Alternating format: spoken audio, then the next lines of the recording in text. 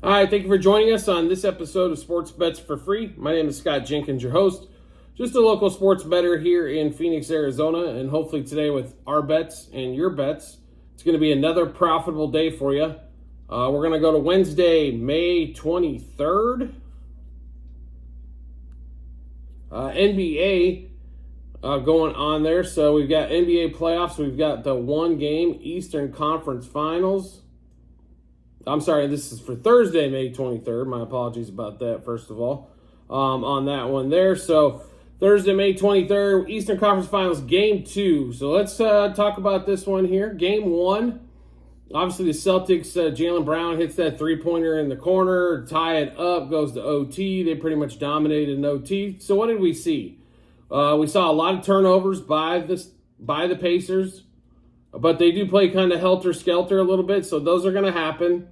Don't really see too much wrong with that. I mean, they came a couple bad spots in crunch time, no question about it, but turnover-wise, not a problem. They were self-induced a little bit, not necessarily Celtics defense, so maybe cut down a little bit there. The biggest thing I thought was just the three-point shooting from the Celtics was about as worst as it's probably going to be. So if that's the worst, and they're still going to win by 5, it could be in pretty good shape. Once again, Tatum and Brown play a ton of iso ball. I don't get it because when they pass the ball around, that offense is a ton of fun to watch. Derek White didn't get a ton of shots, but Drew Holiday did. So Drew Holiday scored a bunch. Tatum got into the 30s. Jaylen Brown eclipsed the 25-point mark. Thank God for the last second shot in overtime on that one. So, I mean, the line in Game 1 was Celtics basically 10-point favorite. And the total around 223. So they win by 4 or 5. So the line comes down to 9. And understandably so, the Celtics did not shoot well from 3, barely over 34%. And not only that, the Pacers shot a tremendous percentage. They were over 50% from the field. You cannot allow the Pacers, with the amount of shots they're going to get up, to shoot 50% from the field. You have to play better defense than that. That's the one thing the Celtics, I think they could ranch up the defense probably 10 times as much as what they did and shoot the three ball better. And they still won that game, and I think it's going to be one of their worst. Now, the other thing with Game 2, the first 2 series, they lost all those Game 2s. I thought it was going to be could be Game 2 again, but after basically, I think they lost Game 1, but somehow it's a victory in the win column. But overall play, they lost Game 1. I mean, Halliburton hits threes at the end of the first quarter, the end of the first half. Just not paying attention really almost cost them Game 1 in that one. So, 9-point favorite, 224.5. So where do you go back to this one? So I think, once again, that it's going to be the Celtics will shoot better from three-point land. They are the number 1 shooting team in terms of volume for threes and also made threes in the league. Transition 3, I don't think they push the ball hard enough because that's where they dominate people. Step into three-pointers between them and Anthony Edwards. Between the Celtics and Anthony Edwards, that's where they thrive. And then once they start hitting threes, feel better about themselves. The next thing you know, the defense ratchets up as well. So Game 2 of this set, we told you we thought the Celtics would win this thing in 6. We think they're going to take Game 2, go back, and then Indy's probably going to have a great shot to win Game 3 and Game 4. Indy has not lost at home, by the way, in 2 months. So it's March 17th, 18th, somewhere around that point was their last loss at home. So just keep that in mind. Even though this series I believe is going to go to 2-0 here, Indy's still in this series. So they could win Game 3 and 4 at home. Definitely on that one. This one, I think the Celtics are going to be we just stole one. Maybe we punched them in the mouth. Kind of like what happened in Game 3 of both series so far. After they lost one, they came out, punched Miami and Cleveland right in the mouth, and put it on them. Kind of expect the same thing here. So let's give you those bets for the Pacers and the Celtics in this one. So Celtics -3 in the first quarter. In fact, they were up 3. It was 3.5 in the first quarter in the last game. Celtics -5 first half, same number as the last game as well. And then we've got Celtics -9 for the game.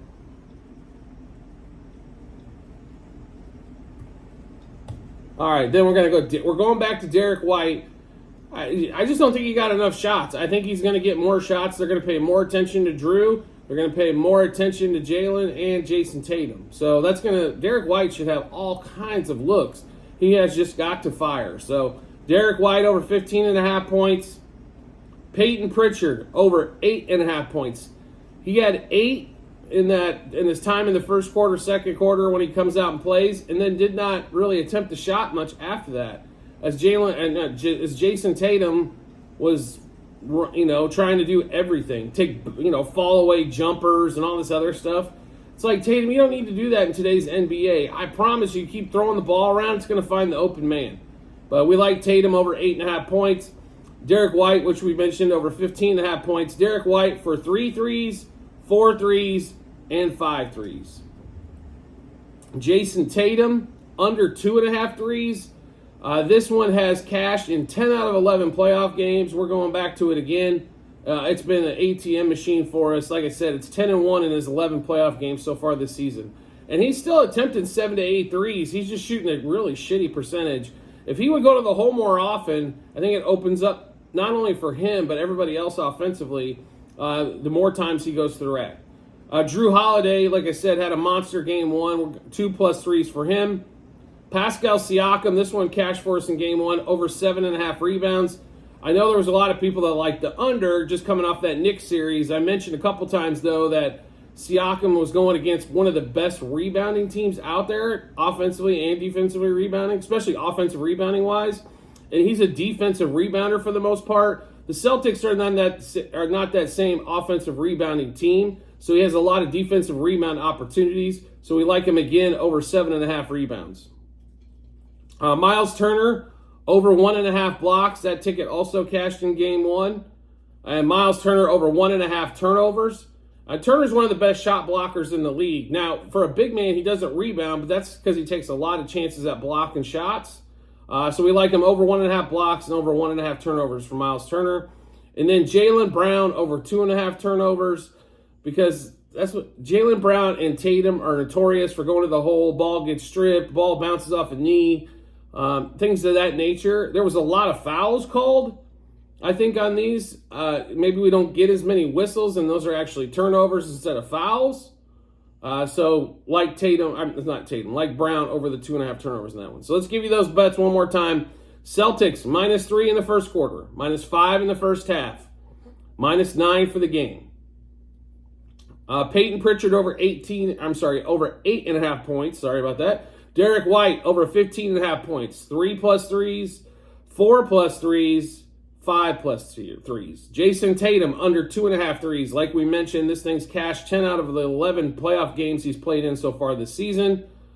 Drew Holiday 2+ threes, as he was a machine in game 1. Derek White over 25.5 par. Even though he wasn't scoring like I believe he can, he was getting tons of rebounds and assists as well. So over 25.5 par for him. Siakam over 7.5 rebounds. Like we mentioned, he had 11 in game 1. Don't expect him necessarily to get 11, as I expect Boston to shoot better. But even if they shoot better, what's that? So he gets 2 less. That still puts him around 9. And the ceiling, I think, is there at 11 or 12. So a lot of value left on Siakam over 7.5 rebounds.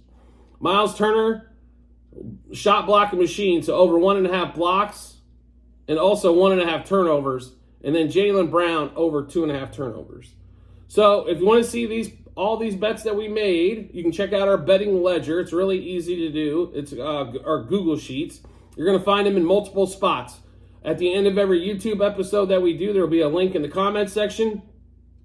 You'll also find the link. It's docs.google.com/spreadsheet. You'll also find it in our channel pages on TikTok and YouTube as well. Same link, docs.google.com/spreadsheet. You'll be able to see all the bets. So if you want to see these basketball bets, go to basketball 23-24 season, scroll down to May 23rd. You'll be able to see all of these bets that we just placed there. So feel free to check that out when you get some time. And if you want to make life easy to find us, it's really easy to do. All you have to do is hit that subscribe or follow button, depending on what social media platform you're watching us on. Then it will show up in your subscriptions and followers tab once we drop a new episode of bets, which right now with the NBA and baseball going on, we're getting 2 of those a day.